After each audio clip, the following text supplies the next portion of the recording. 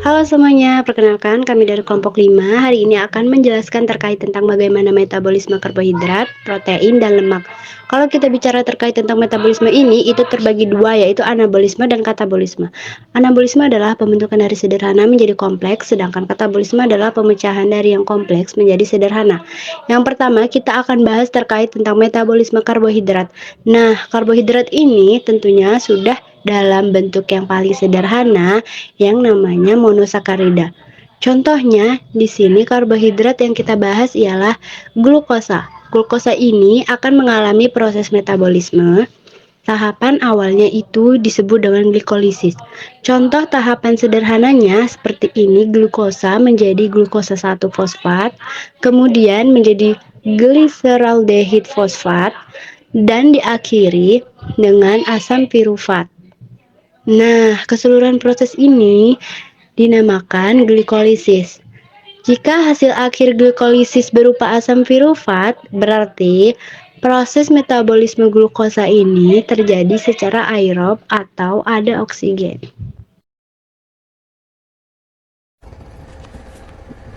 Kalau misalnya glukosa yang diserap ilium kemudian masuk ke peredaran darah, lalu glukosanya berkadar tinggi di darah tersebut, nanti glukosanya akan tersimpan dalam bentuk glikogen. Disimpan di organ hati. Proses perubahan glukosa menjadi glikogen dibantu oleh hormon insulin yang berfungsi untuk menstabilkan kadar glukosa di dalam darah. Jadi, kalau misalnya terlalu banyak kadar glukosanya itu harus distabilkan dengan cara menurunkan kadar glukosa di dalam darah yang dirubah menjadi glikogen. Proses perubahan glukosa menjadi glikogen itu dinamakan glikogenesis.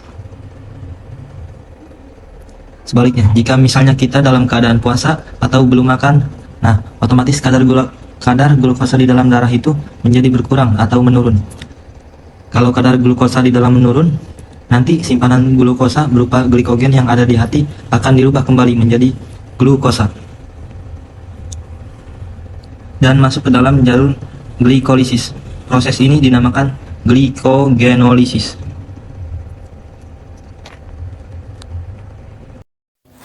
Berikutnya, glukosa yang sudah dikonversi atau mengalami proses glikolisis berubah menjadi asam pirufat dalam keadaan aerob atau ada oksigen. Kemudian, nanti asam pirufat tadi akan diubah menjadi asetil CoA. Perubahan pirufat menjadi asetil CoA itu dinamakan pirufat dehidrogenase kompleks yang melibatkan enzim pirufat dehidrogenase. Nanti di mana asetil CoA ini akan masuk ke jalur utama dari proses metabolisme yang dinamakan siklus Krebs atau siklus asam sitrat. Di siklus asam sitrat ini nanti hasil akhirnya berupa ATP. Kemudian ada juga NH3 sebagai sisa atau buangan dan nanti akan masuk ke siklus urea dan dibuang dalam bentuk urin. Prosesnya dinamakan ekskresi. Nah, yang tadi kalau misalnya metabolisme karbohidrat utamanya itu membentuk ATP, nanti ATP hasil dari siklus Krebs atau ATP dari tahap transfer elektron akan merubah NADH dan FADH hasil glikolisis.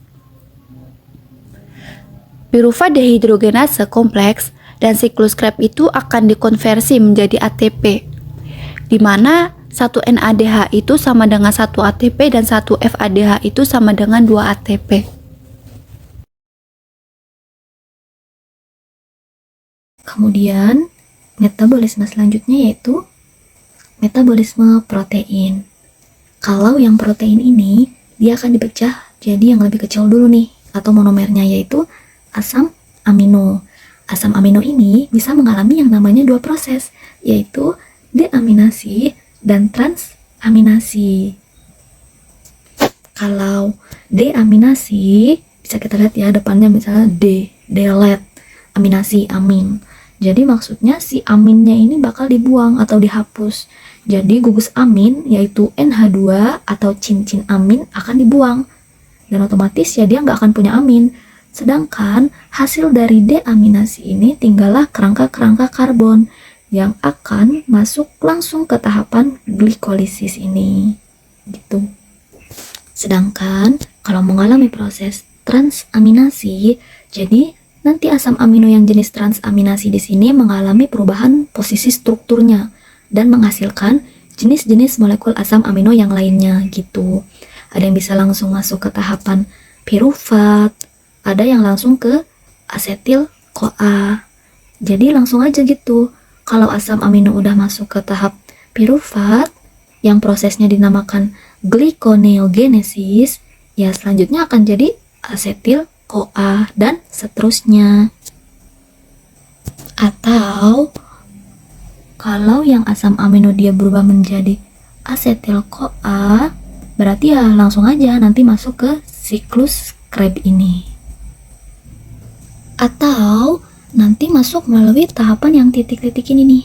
Nah, titik-titik ini sampai ke sini. Nah, nanti asam amino seperti misalnya arginin, prolin, histidin, dan glutamin nanti akan diubah menjadi bentuk glutamat. Selanjutnya, glutamat akan diubah menjadi alfa ketoglutarat. Alfa ketoglutarat merupakan salah satu tahapan dalam siklus Krebs. Atau dia akan menjadi bentuk asam amino yang lain, yaitu seperti timin dan fenilalanin akan berubah menjadi bentuk tahapan siklus Krebs yaitu fumarat. Sedangkan jenis satu lagi yaitu metionin dan valin nanti akan berubah menjadi suksinat.